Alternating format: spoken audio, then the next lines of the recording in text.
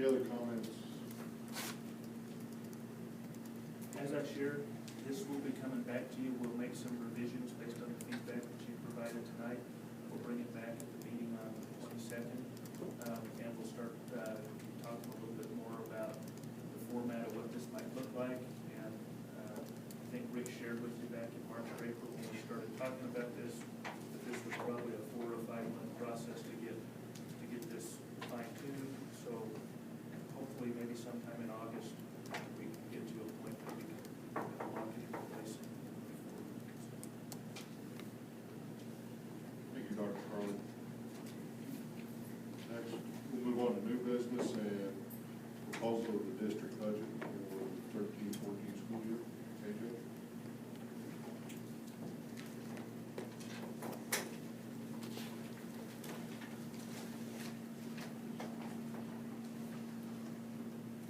Nice work, by the way.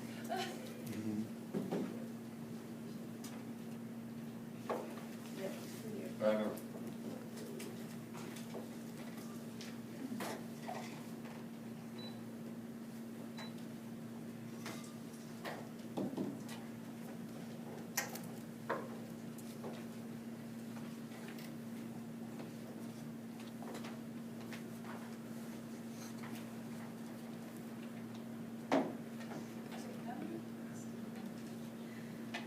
Okay, in front of you, you have a summary of the budget as we're proposing it for next year. Over the next couple weeks before the next meeting, peruse through it, maybe next any questions. Call me if you have questions, ask me next board meeting. What I'm going to do tonight is going to give you a summary, even more brief summary of what we're proposing and highlighting some of the changes that are impacting happen over the next year.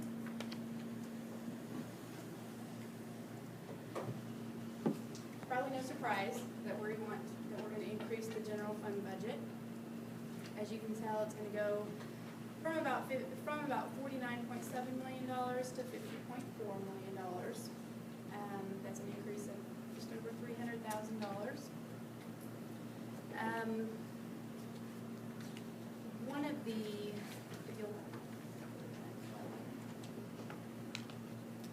one of the main reasons that we're increasing the budget is because we have a little bit more funding. And primarily 2 reasons we have more funding is the increase in the FTEs for the virtual school. We are budgeting for 50 students. However, we really don't know how many to expect. It's the first year we're doing it, we have no idea. So we're budgeting for 50. That's the $209,000 that you see coming in as income. To note, we are only budgeting to actually spend about $50,000 or $60,000 of that money. The rest of that that's for a teacher. The rest of it is in a line item for funds not fully allocated at this point. So the funding will still be there if we have the 50 students, but we don't have everything fully budgeted for it yet. Another $60,000 is due to changes that they made in the formula to calculate how transportation is funded. So we have another $60,000 in the fund there. We also had just a small increase in our 4-year-old at-risk FTE, and that equated to about $10,000. Yeah. On the transportation chain, the transportation formula, did the distance from school change? Is that what's changed? I don't believe so. Kathleen, did the Transportation formula? The transportation formula, yeah, it changes a little bit each year. It's based on actual transportation data from the previous year. So is it based on gas prices or distance from Total school? transportation, Everything? everything. Okay. Our total, we send a report in every August showing our total transportation costs, and then they're audited during the year. Okay, And based on those increases, then the weighting increases. okay, thank you. Question. The virtual school, how did we come up with 50 students? Where did we get that number? that was our best guess at how many students we think are actually going to take us up on this wonderful offer within the district. Because I know when they came and talked, they talked about us losing kids because of virtual schools. I was just wondering how you came up with that. You know,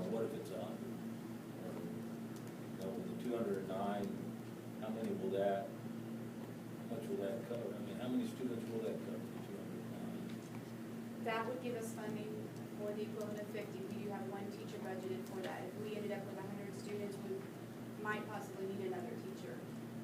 We do overall in the budget account for an additional 100 students increase in our population. So we could rob from Peter to pay Paul over there if we needed to on that issue.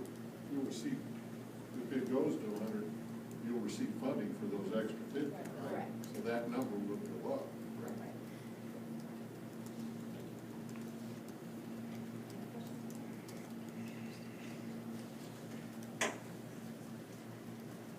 Because we are increasing the general fund, we do also need to increase the supplemental general fund. As you'll recall, we have the $2 million in new facilities funding, and in order to receive that funding, we do have to keep the supplemental general fund at 25% of the general fund. So while the general fund is increasing, the supplemental general will also increase. There's a calculation of it down there, the $50 million times the 25% gives you $12,600,000, which is a $100,000 increase from last year. And that keeps us at 25%. We are allowed to go up to the 30, so we're still keeping it at 25. The next slide is an enrollment summary, and this just shows the weighted full-time equivalent, right, of students on September 20th of each year. You can tell off to the very right-hand column there's the sum of whether it's how much it's decreasing or increasing each year. We had an increase of 33.40 this last year, so you can tell we're continuing to increase, but the rate at which we are increasing is somewhat steadily declining.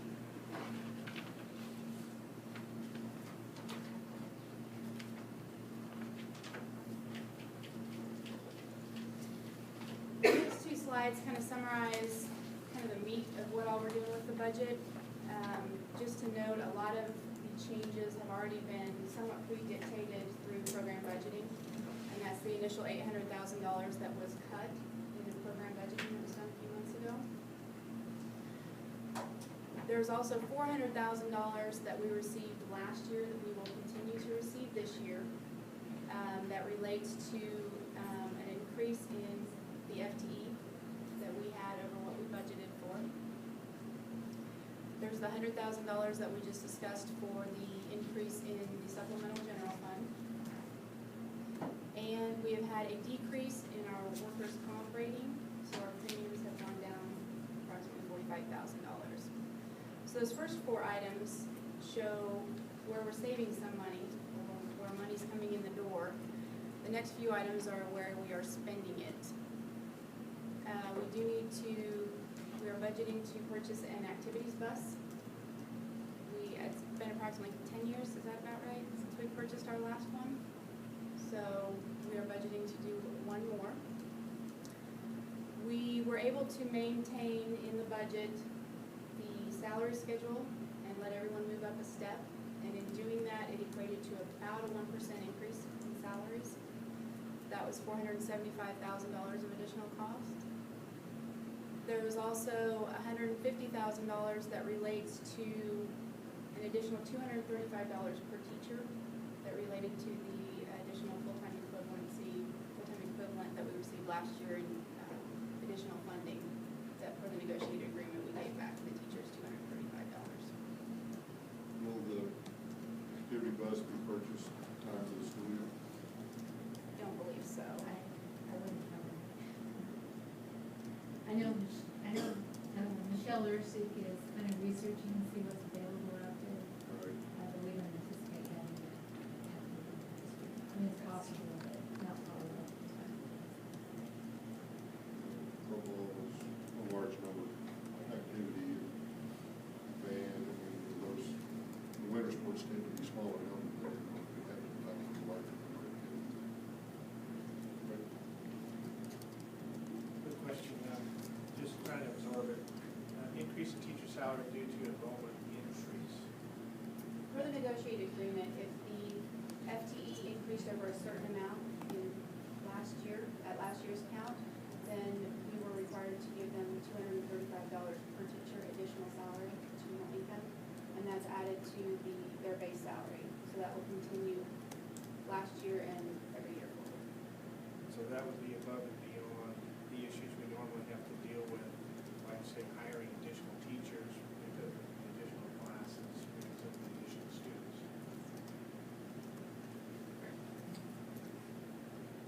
Well, with additional students, we get the additional. Additional money. But it doesn't go down if our enrollment goes down. Does that make sense? Yeah. That was good Negotiate. negotiation, several years ago. Okay.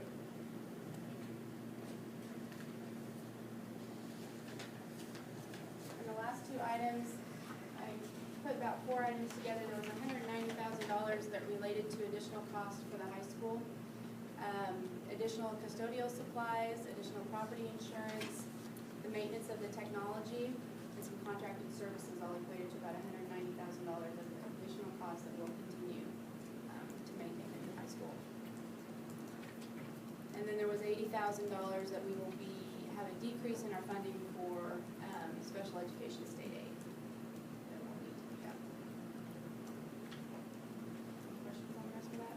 So I didn't put a total on it, it doesn't net out to zero, but you can tell we had money coming in and pretty much most of it went back out. So we were able to make some good savings, but On the contracted services, can you give me an example of what that would be?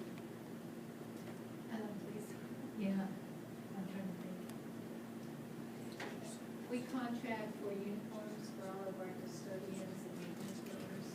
We had 18 additional custodians that did in high school. That was one thing. There's some, security,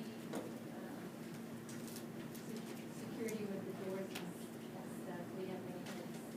And That's fine, I just wanted to, couldn't think of what that would be. I think it created, I want to say it was about $25,000 with that piece of the puzzle. Thanks. Another quick question, sorry. On this maintenance of technology at the new high school, is that things like the server, that you would equate to infrastructure? Just general technology infrastructure, absolutely. As our computer system got bigger, so the maintenance is big. And the decrease in special ed state aid, again, was due to, Unfunded federal mandates, underfunded federal mandates. That's a nice way to put it, yes. underfunded, The, okay. the amount we get per we get funding per teacher for special ed state aid, and the amount that we get funded went down $500 per teacher. Even though we're still required to provide those services. Kathleen, correct me if I'm wrong, but that's due to how the dollars are allocated from the state. So I think that's another example of where we talk about level funding, really isn't level funding, we're actually getting less special ed reimbursement because those amounts aren't being increased like they have been in the past. Or overfunded, I mean, another way to say that in that equation, from an outside perspective, would have to be you're overfunded per person. I mean, when they change the formula to take care of their purposes, and it results in a loss of support for special ed to our district, then another way to say that is there must have been a conclusion that we were overfunded. Or they didn't have the funds to provide it. Or But they they didn't still have the funds. require us to service Maybe those students. Well, They I underestimated. wouldn't say we're overfunded. Right, I know we're not, and that's, We should be getting funding at the state level equal to 92% of our excess costs for special education. And I think currently it's been going down, I mean, it goes up some, it's hardly ever been at the 92% level. I would say for this next year, it's probably closer to the 80% level than 92%. Is that kind of accurate? This is why Gene's our lobbyist. But don't you think there's an unrealistic view of what it actually costs to accomplish a lot of these special education mandates? very easily. Yeah. And I did have another question, not to drag your presentation out, but coming back to the teacher negotiated increase in salary due to increased enrollment, our new endeavor for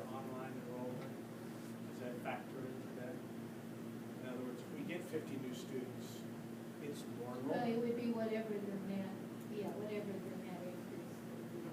If we get more at the virtual school, but we get less somewhere else, then that's It's out. based on our total. Our total not at any one particular attendance. But But so it does factor in because it's an overall number. Okay. it does factor in, but the virtual school right now is limited to Garden City School District. So I would think that if we're pulling kids out of the high school to the virtual school, they're just moving location, we're not necessarily adding new heads. The Is that virtual fair to say? enrollment is not open to kids outside of USD-457. Not at this point.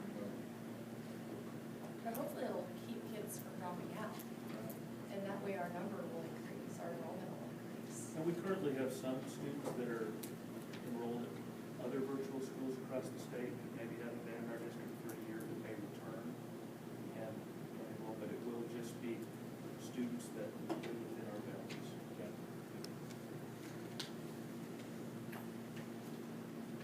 Next slide shows the assessed valuation for 2013. And you can see the change from 2012 to 2013 is actually a 1.5% increase in the assessed valuation.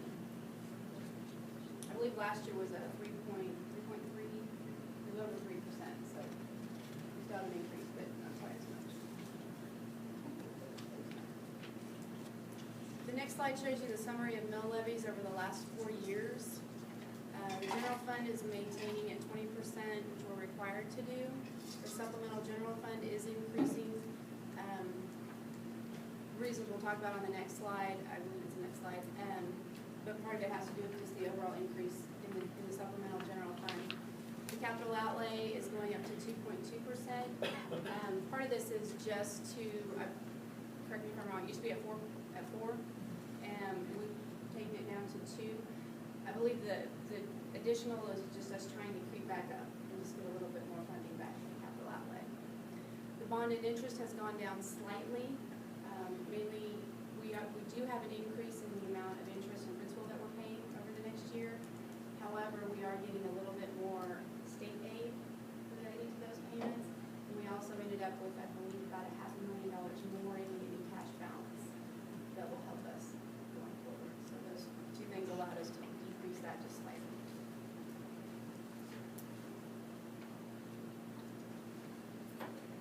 The mill levy calculation, things that are good for the calculation was the 1.5% increase we had on the assessed valuation. We also are getting more state aid in the bond and interest. We used to get 42%, now we're getting 44%. Unfortunately, those don't outweigh the negative calculated items. The increase in the supplemental general fund of $100,000, and the decrease that we are getting from the state towards the supplemental general fund. Last year, we were getting about 48%, and now we're getting 46%. So just if we had maintained the 12.5 that we had last year, that's an increase of $250,000 that we have to come up with locally because the state's not funding that. And then on top of that, we added the $100,000. And then the increase in the bond and interest, just that number overall is increasing from what we paid last year.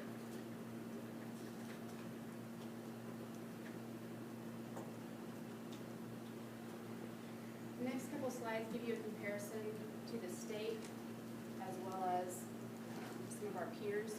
This first one is a comparison to the state. If you look at the total mill levy, the state median is 51.2, and we're at 50.67. So we're still a little below. If we look at just the supplemental general fund, the median is 21.84, and we're at 18.76.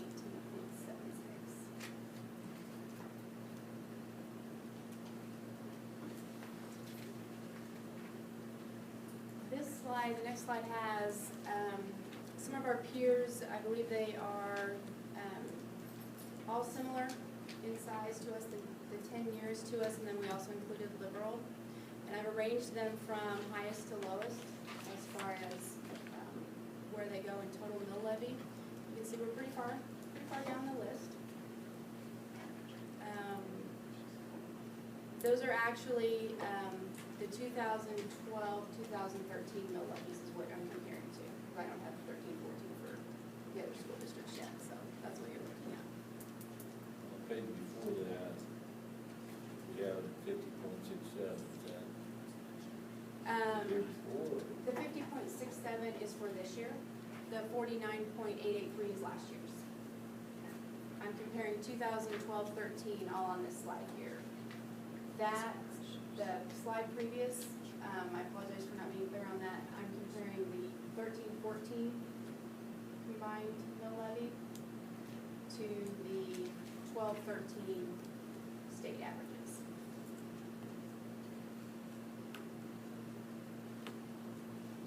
I have a question,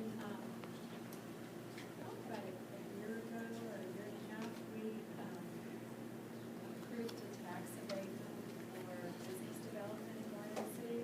Will taking that much out of the tax base affect what we're likely to see on these numbers in the future? Do you know how much that impacted you? I don't know that I can give you an answer on how it impacts it, but it does impact it. I can get more information for you. I'm just, I think it's a good thing. On the other hand, I don't know how, if this is, progress is gonna be realistic in the future, or if you're kind of taking that out now and it'll affect it.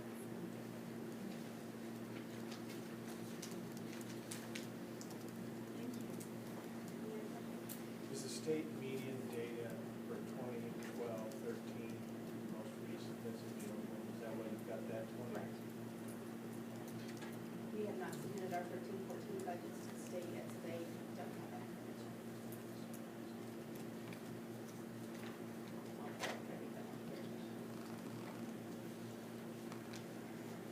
Any other questions? Any questions? Just a comment, nicely done. Good job. You've learned a lot in a short period of time, haven't you? I have an excellent teacher. Yeah, you do. Thank you, TJ.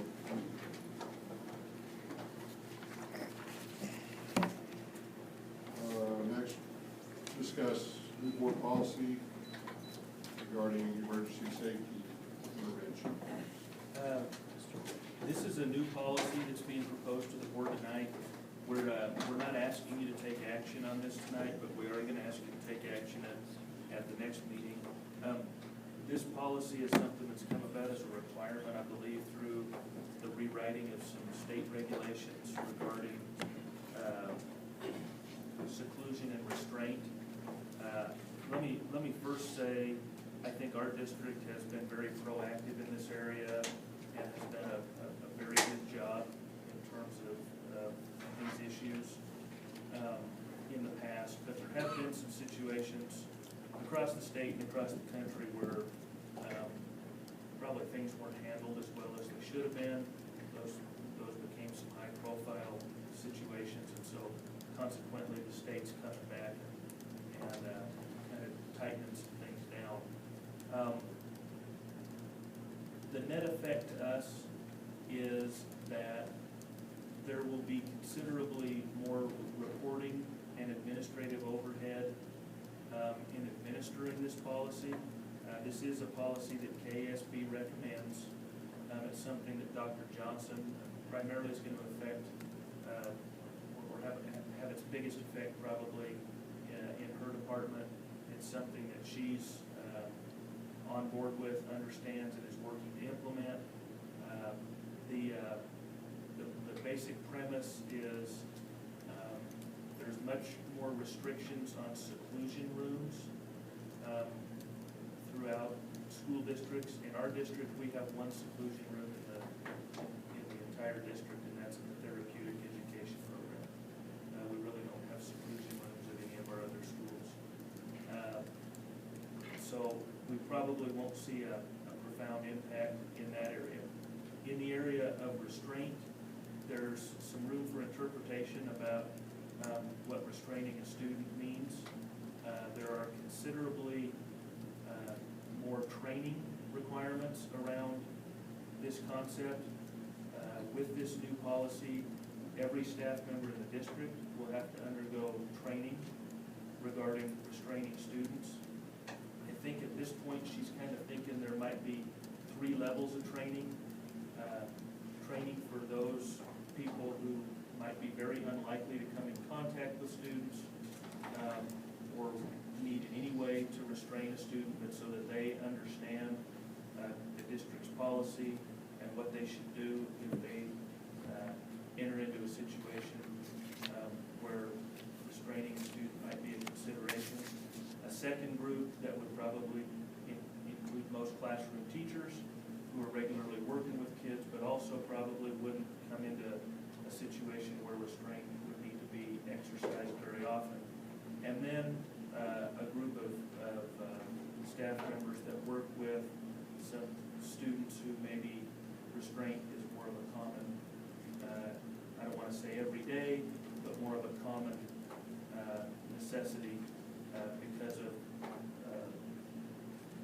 the things they bring to school, some of maybe their unique challenges that they bring to us.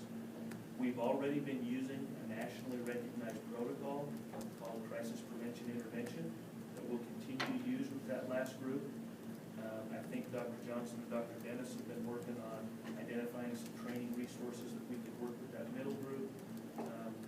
And then with the first group, we'll be looking for some resources or ways to train all staff members as to what restraint is, when we do it, why we do it, how we do it, and what you should do in lieu of restraining a student, if at all possible.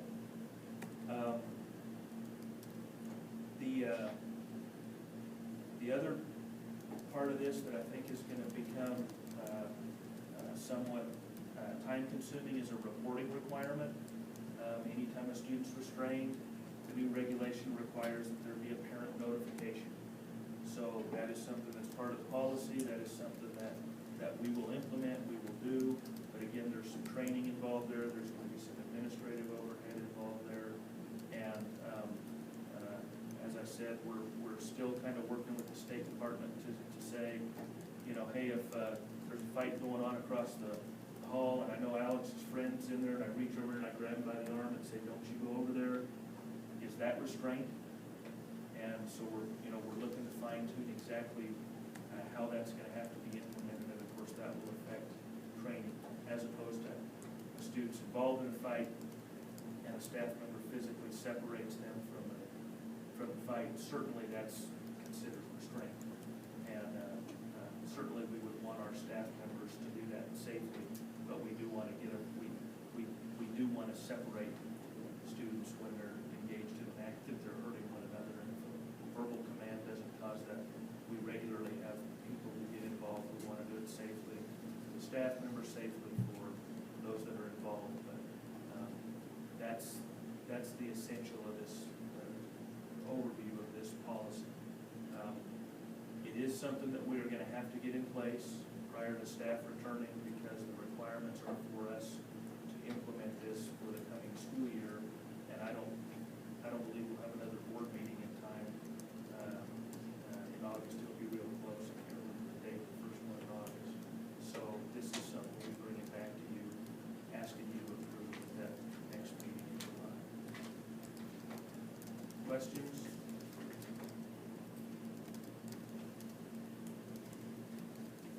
Any questions, comments? Steve? Just a quick question.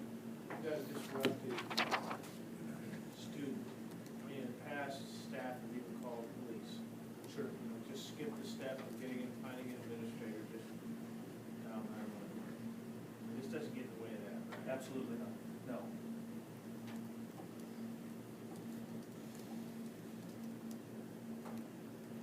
Okay. Next one. Next one. Okay, the next one's policy KGD. This is an existing policy the board already has. There are some revisions here. Again, primarily the revisions are, I think, being prompted by a change to the concealed carry handgun statute in the state. The first section of the policy, originally it was crowd control at school-sponsored activities. The title's being changed to disruptive acts at school or at school activities. And I think the first part of the policy deals more with just general disruptive acts and is kind of more editorial in nature. The second part of the policy and the copy you have has the changes highlighted. It deals a little more with the changes as a result of the concealed carry handgun legislation. One of the provisions of that legislation, the new law allows boards of education to allow employees to who have a concealed carry handgun permit. It allows boards of education to make it okay for those people to carry a concealed weapon at school or at school-sponsored activities. The law doesn't necessarily, I think the law is written so that you would have to take affirmative action to allow that to happen. This again is a recommended change from KASB, and it takes the opposite approach. It actually specifically prohibits that from happening. I don't know that it's required under the law for that to happen, but I think it does make it more clear that the board's position under this policy would be that employees are not allowed, even those with a concealed carry handgun permit, to be in possession of their weapon while they are at school or at a school-sponsored activity. That certainly is KSB's recommendation, and that is the administration's recommendation that that the practice be handled that way. And so it just kind of basically puts the policy in the vernacular of the new law and prohibits that from occurring, even though that is now allowed under Kansas law, or will be allowed under Kansas law.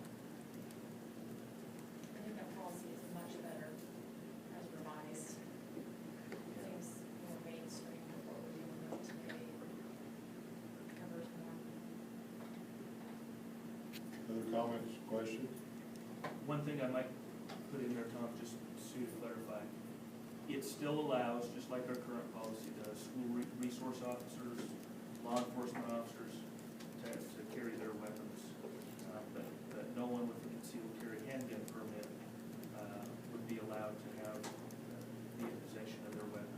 We are working right now to make sure that signage in our schools will be appropriate for what the current signage requirements are, and that we anticipate having in place also for the start of school. There was a webinar on this topic today at 12:30, so I know you can access it through the website. And I can personally attest that Tom's comment about Jean participating in state events was accurate, because I know she participated in that because I saw her on it. So, Aw. yeah, It wasn't very long, right? 30 minutes, bro. That was really one of the shorter ones that they've done, and Lori Church was really pretty good. I just think that that's gonna come up over and over again in the next legislature, because it is absolutely difficult for the public buildings to implement and keep everyone safe. But the equipment you need to keep it out is expensive, and if you allow it in, you have another issue at hand. So, and I know that college is probably dealing with that, even though they have approved the programs. And I might point out under the law, the situation for K-12 schools, I guess in my opinion, is better than it is for municipalities and the community colleges. We are exempt from those requirements under the law.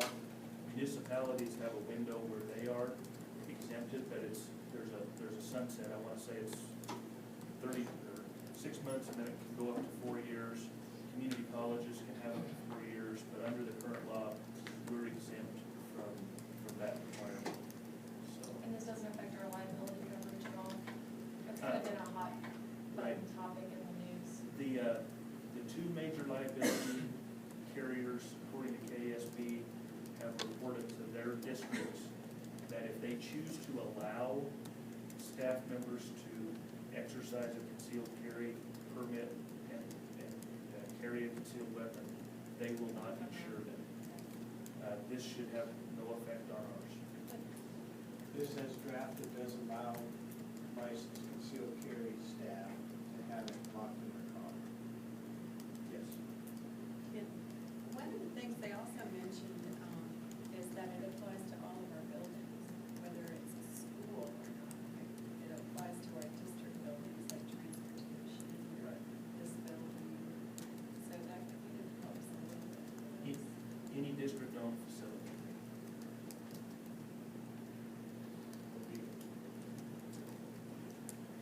Other questions? You'll be bringing this back next meeting, correct? Come back to the next meeting. It'll be on the consent agenda. If we don't hear anything from you, if we hear from you, then put it back on the full business. If anyone has any issues or comments or discussion, please bring it forward before the next meeting, and then if we need to not have it on the consent agenda and have discussion, please let us know. Just open comment time, open discussion time. Does anybody have anything? Good. Well, I did want to say that they sent out notices on the football Reserved seats, and there is a limit on when you have to respond, so if you want to take, Better get on it. you need to get on. Just to make sure everybody's thinking about that. Or I'm selling the buff cards. I spent my first 20. I have one question, sort of back to the prior topic, but when we look at facilities and trying to utilize facilities to benefit the public and the school district as a whole, it came to mind the concept of, say, KH wanting to host some field event, but not having adequate facilities at KH. So does that set it up to where under that policy, they basically, or that goal, they basically ask the high school, say, can we sponsor this event, but it be at the high school facilities? Oh, that's going on today. I mean, we have events that the school sponsors that they're using Clifford Hope. They're involved with, if we don't have the facility there, or specifically at the secondary level, I think the activities directors work together very well. I want to say maybe the league track meet this year, KH was technically responsible for it, but they held it at Memorial Stadium because of the quality of the facility, so that's a very good day. They held it at Memorial, which is at Cape Huber. And Horace Good. I mean, Horace Good, Horace Good, so even though KH is hosting it, it was at Horace Good. But one alternative would be to host it at the high school. Sure. And last year, I think, and I take it wasn't the league track meet this year, but I think KH hosted a track meet and did it at Memorial. Last year, Abe Hubert hosted the league track meet. And Abe Hubert and KH went together and hosted the league track meet at the high school at Memorial. Still high school, so those things occur regularly.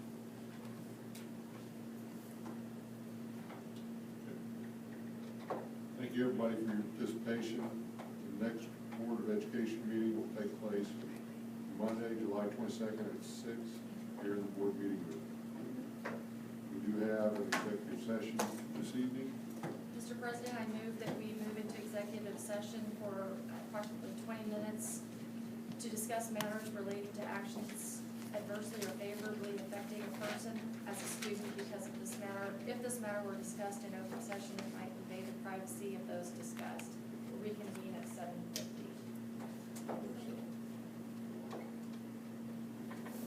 All those in favor of executive session?